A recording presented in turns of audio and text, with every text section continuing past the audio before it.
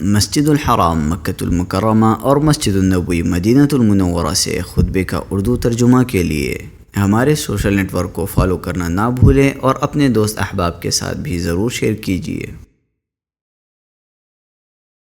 خطبہ جمعہ مسجد الحرام، تاریخ 15 شعبان 1446 ہجری بمطابق 14 فروری 2025 عیسوی۔ موضوع ہم بندوں کے اعمال و آثار لکھ رہے ہیں۔ خطیب فضیلت الشیخ ماہر المعقلی حفظہ اللہ، ترجمہ محمد اقبال یاسین۔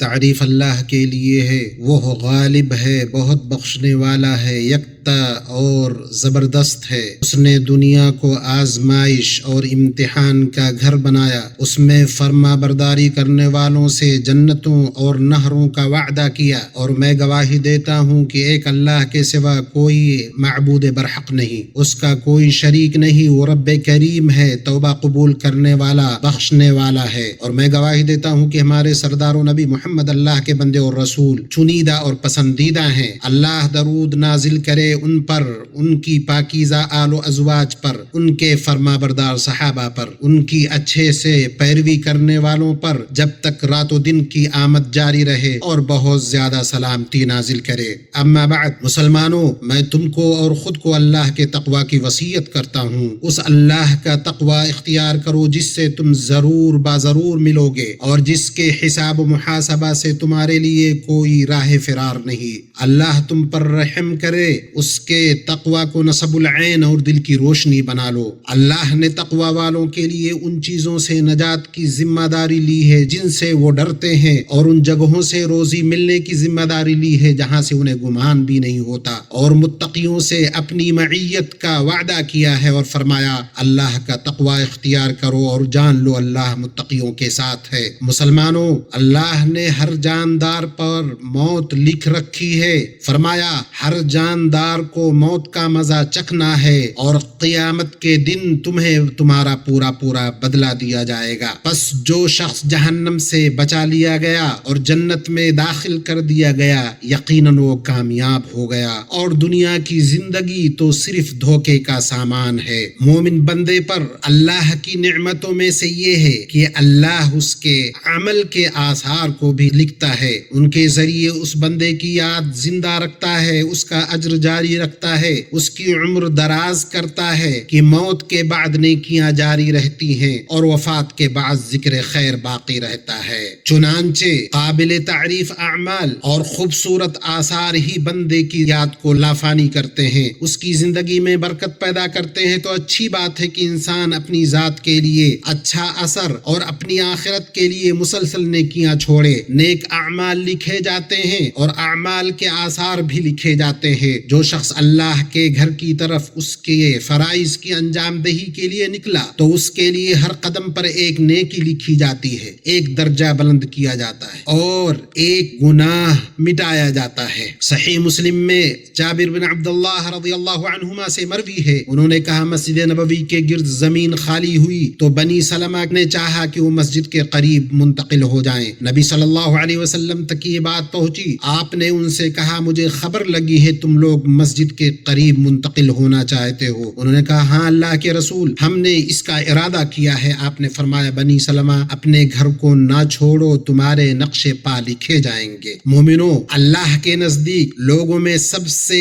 زیادہ محبوب وہ ہے جو ان کے لیے سب سے زیادہ نفع بخش ہو۔ جو شخص انہیں بھلائی کی طرف بلائے اس کے لیے اس کا اتباع کرنے والوں کے برابر اجر ہے، اور ان کے اجر میں کوئی کمی نہیں کی جائے گی۔ صحیح مسلم میں ہے، جریر بن عبداللہ رضی اللہ عنہ نے کہا ہم نبی صلی اللہ علیہ وسلم کے پاس صبح کے وقت تھے، کچھ لوگ آئے جو ننگے بدن اور ننگے پاؤں تھے، دھاری دار چادریں گلے میں لٹکائے ہوئے تھے۔ ان کے فاقہ کو دیکھ کر رسول اللہ صلی اللہ علیہ وسلم کے رخ انور کا رنگ بدل گیا۔ آپ کھڑے ہوئے، نماز پڑھی، خطبہ دیا اور فرمایا آدمی اپنے دینار سے، اپنے درہم سے، اپنے کپڑے سے، اپنے گندم کے ایک صاع سے، اپنی کھجور کے ایک ایک سا سے حتیٰ کہ کھجور کے ایک ٹکڑے سے صدقہ کرے۔ تو انصار میں سے ایک آدمی ایک تھیلی لے کر آیا، اس کی ہتھیلی اسے اٹھانے سے عاجز ہونے لگی تھی۔ پھر لوگوں کا سلسلہ لگ گیا، یہاں تک کہ میں نے کھانے اور کپڑوں کے 2 ڈھیر دیکھے۔ میں نے رسول اللہ صلی اللہ علیہ وسلم کا چہرہ مبارک دیکھا، وہ سونے کی طرح دمک رہا تھا۔ پھر رسول اللہ صلی اللہ علیہ وسلم نے فرمایا، جس نے اسلام میں کوئی اچھا طریقہ رائج کیا تو اس کے لیے اس کا اپنا اجر ہے، ان کا بھی اجر ہے جنہوں نے اس کے بعد اس پر عمل کیا، اس کے بغیر کہ ان کے اجر میں کوئی کمی ہو۔ بسا اوقات ایک اچھی بات امت کے فائدے کا سبب بنتی ہے اور قیامت تک کے لیے اپنا اثر چھوڑ جاتی ہے۔ یہ امام بخاری رحمہ اللہ ہیں جو اپنی کتاب صحیح البخاری کی تالیف کا سبب بیان کرتے ہوئے فرماتے ہیں، ہم اسحاق ابن راہویہ کے پاس تھے، انہوں نے کہا کاش تم لوگ نبی کریم صلی اللہ علیہ وسلم کی صحیح سنت پر ایک مختصر کتاب جمع کرتے۔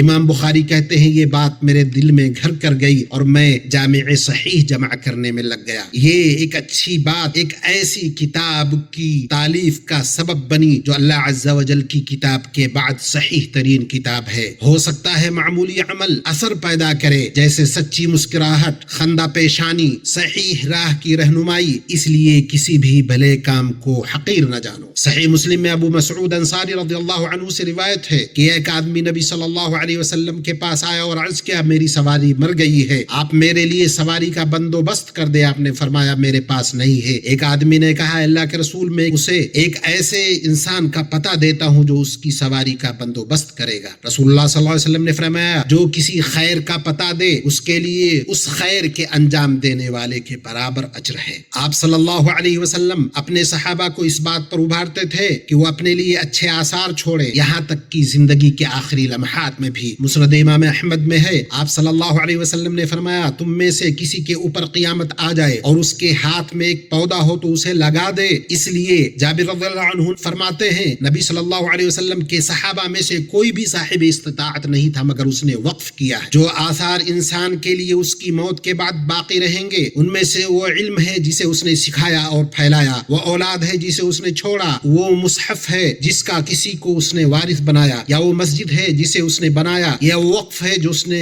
بیواؤں اور یتیموں کے لیے کیا، یا وہ پانی ہے جسے اس نے جاری کیا، یا وہ صدقہ جاریہ ہے جسے اپنے مال سے اپنی تندرستی اور زندگی میں نکالا۔ ایمانی بھائیوں، جو آثار انسان کے لیے اس کی موت کے بعد بھی باقی رہیں گے ان میں سے اچھا ذکر نیک نامی ہے۔ یہ انسان کی اس کی موت کے بعد باقی رہنے والی عمر ہے، اس کی زندگی کے صفحات پر لپیٹ دیے گئے لیکن اس کے آثار باقی رہ گئے، اس کے کارنامے محفوظ کر لیے گئے۔ یہ ایسی نعمت ہے اللہ اپنے بندوں میں سے جسے چاہتا ہے عطا کرتا ہے اور اپنی مخلوقات کی زبانوں پر اس کا ذکر خیر جاری کر دیتا ہے۔ لوگ اللہ کی زمین پر اللہ کے گواہ ہیں۔ سنن ابن ماجہ میں ہے نبی اکرم صلی اللہ علیہ وسلم نے فرمایا قریب ہے کہ تم جہنمیوں اور جنتیوں کو پہچان لو۔ لوگوں نے پوچھا کیسے؟ اللہ کے رسول صلی اللہ علیہ وسلم نے فرمایا نیک نامی اور بدنامی سے تم ایک دوسرے پر اللہ کے گواہ ہو۔ ہمارے موجودہ دور میں سوشل میڈیا کے عام ہونے کے ساتھ یہ معاملہ واضح ہو گیا ہے، چنانچہ انسان کے اقوال و افعال ڈیجیٹل فضا میں محفوظ ہو گئے ہیں جن کا لوگ اس کی موت کے بعد آپس میں تبادلہ کرتے ہیں۔ چنانچہ کتنے فوت ہونے والے لوگ ہیں جن کو یاد خیر کی صفات کے ساتھ کیا جاتا ہے کیونکہ وہ نفع بخش تحریریں عظیم کارنامے چھوڑ کر جاتے ہیں جو ان کی موت کے بعد ان کی یادگار بن جاتے ہیں۔ سو انسان آج جو کچھ کہتا اور کرتا ہے کل اس کی یادگار کی علامت بن جائے گا۔ مسند امام احمد میں ہے نبی اکرم صلی اللہ علیہ وسلم نے فرمایا جب اللہ تعالیٰ کسی بندے کے ساتھ بھلائی چاہتا ہے تو اس سے استعمال کرتا ہے۔ پوچھا گیا استعمال کس طرح کرتا ہے؟ آپ نے فرمایا اس کی موت سے پہلے اس کے لیے نیک عمل کا دروازہ کھول دیتا ہے یہاں تک کہ اس کے